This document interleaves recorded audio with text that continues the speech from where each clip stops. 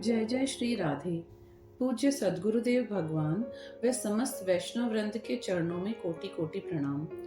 आज भक्तों के चरित्र की श्रृंखला में श्री जी की कृपा से श्री कपिल देव जी के चरित्र को सुनेंगे।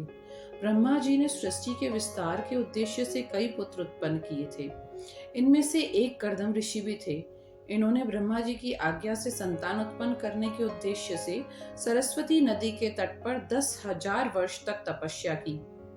उनकी भक्ति से प्रसन्न होकर भगवान ने उन्हें दर्शन दिया और कहा कि श्री मनु की पुत्री देहूति से तुम्हारा विवाह होगा। उससे तुम्हें 10 संतानें होंगी, जिनमें से 9 कन्याओं के पश्चात स्वयं मैं अंश रूप में तुम्हारे यहाँ पुत्र बनकर प्रकट होऊंगा। कुछ वर्षों पश्चात कर्दम ऋषि अपनी आत्मा के कल्याण के लिए वन जाने लगे तो पत्नी देहूति ने कहा कि आप भी मुझे छोड़कर चले जाएंगे तो मैं किसके सहारे रहूंगी, इसलिए आप मुझे पुत्र प्रदान करें। इस प्रकार 9 कन्याओं के पश्चात एक पुत्र हुआ जो स्वयं भगवान के अवतार थे।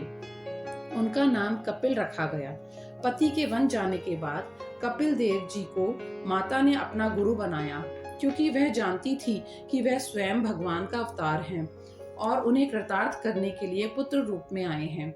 माता ने कपिल देव जी से अपने कल्याण का उपदेश मांगा तो उन्होंने बताया कि आत्मा के बंधन और मुक्ति का कारण मन है।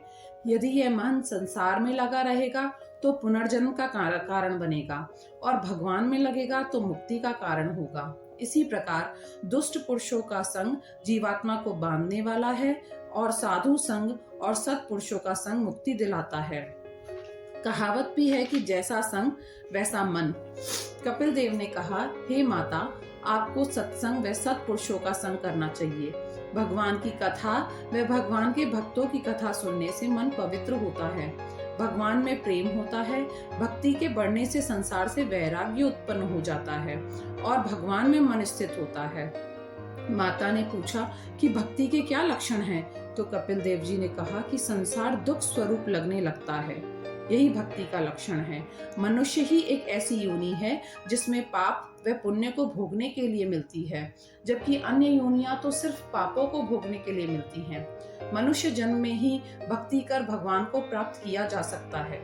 अपने पुत्र के उपदेश सुनकर माता देहूति का अज्ञान का पर्दा हट गया और प्रभु की स्तुति की।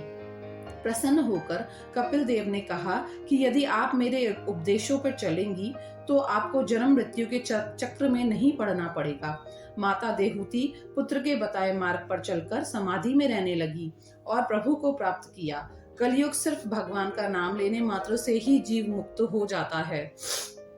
महापुरुषों के मतानुसार हमें प्रयास करना चाहिए कि नियम पूर्वक यथाशक्ति कुछ मालाएं अपने इष्ट देव की अवश्य जप करनी चाहिए। प्रारंभिक अवस्था 1 या 2 माला से धीरे धीरे बढ़ाकर स्वयं को भगवान के नाम में स्थित करना चाहिए, यही मुक्ति का कारण बनेगा। जय जय श्री राधे।